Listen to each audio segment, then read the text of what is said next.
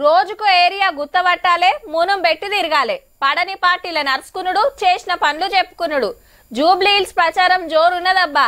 పొద్దుగాలనే గల్లీలకు ప్రచార రథాలు తిరుగుతున్నాయి. మైక్ సప్పులు చాలైతున్నాయి. పొద్దుముకే దాంక రికాముంటలేదు. కార్యకర్తలను కలుపుకునుడు, ఇంటింటికి తిరుగుడు.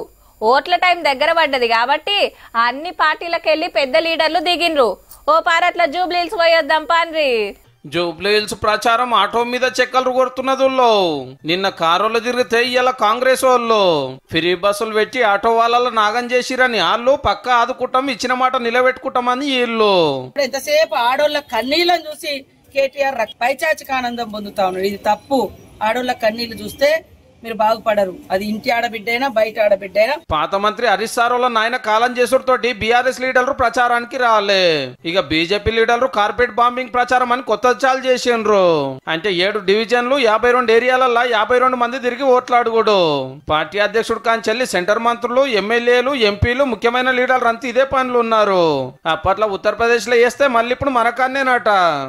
ఈరోజు 50 కేంద్రాలలో ఒకే సమయంలో పాదయాత్రలు చేపడతా ఉన్నాం. ఈ రోజు నుంచి 9వ తేదీ వరకు కూడా మా పార్టీ ప్రచార కార్యక్రమం ఉధృతం చేస్తాం.